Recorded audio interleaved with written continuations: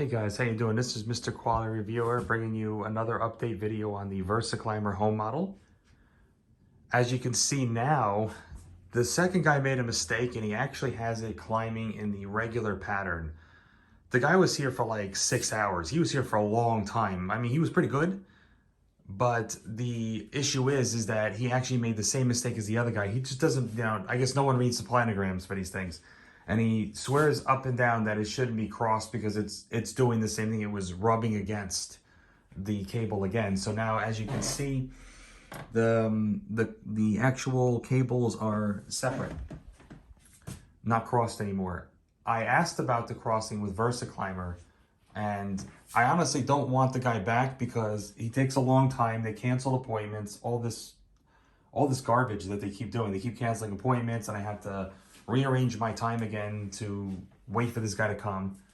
And of course they left a mess. I can't blame this guy because the other guy put tons of oil in it, as I said in my last video. This guy was a lot better, but he cleaned up a lot of stuff. But the one thing he did do was he tore it apart and he went to the bottom of it. And he said to me there was like so much like wear in that cable underneath.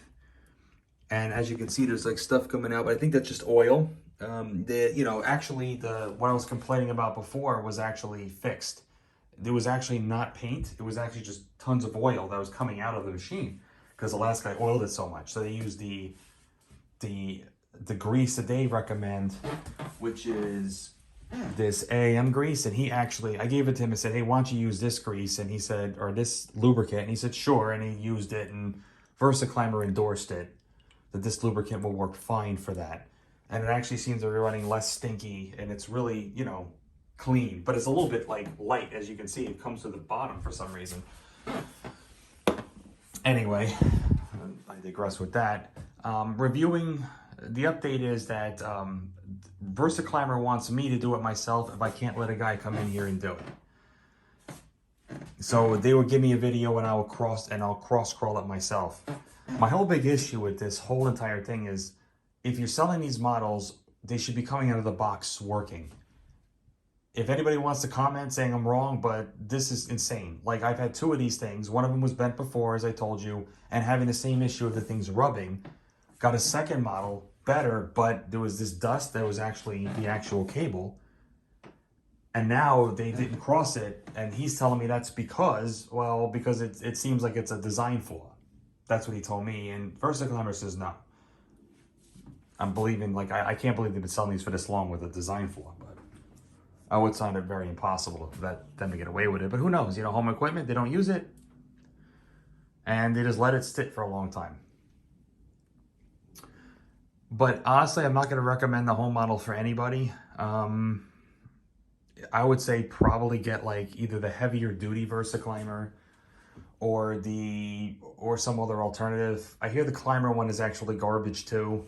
The one, it's been the newest one out with the screen and everything. I heard it's just breaks all the time. So, I mean, maybe a Cascade Climber.